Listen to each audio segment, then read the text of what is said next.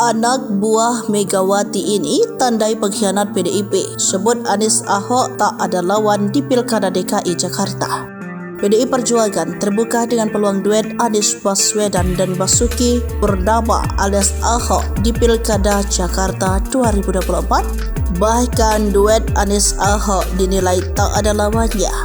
Politisi PDIP Chico Hakim mengatakan pihaknya selalu terbuka dengan semua kalangan. Hal ini disampaikan di program Sapa Indonesia Pagi Kompas TV pada Rabu 8 Mei 2024. Chico menilai keduanya memiliki magnet tersendiri di Pilkada Serentak 2024. Ia mengatakan saat Ahok memimpin DKI Jakarta, tingkat kepuasan publik sangat baik. Begitu pula dengan Anies, publik dinilai puas dengan kepemimpinan 5 tahun Anies.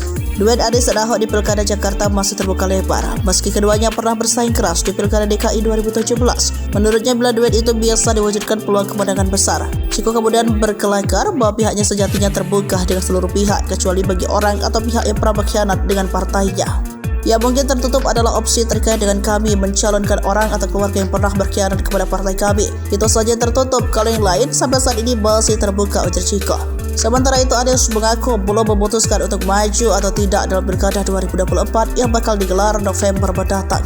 Anies masih memerlukan waktu untuk mendiskusikan langkah politik ke depan, termasuk soal isu dirinya bakal berduet dengan Ahok di Pilkada Jakarta 2024. Bahkan Anies banyak hal yang harus dipertimbangkan untuk kembali maju di Pilkada Jakarta 2024. Anies kemudian menegaskan hingga kini belum memutuskan untuk maju atau tidak di Pilkada 2024. Ia juga mengaku tidak berniat mendaftar ke partai politik tertentu untuk maju Pilkada Jakarta 2024. Bahkan sebelumnya Anies mengaku belum membicarakan lebih lanjut perihal Pilkada Jakarta 2024 dengan Ketua Umum Partai Nasdem Surya Paloh.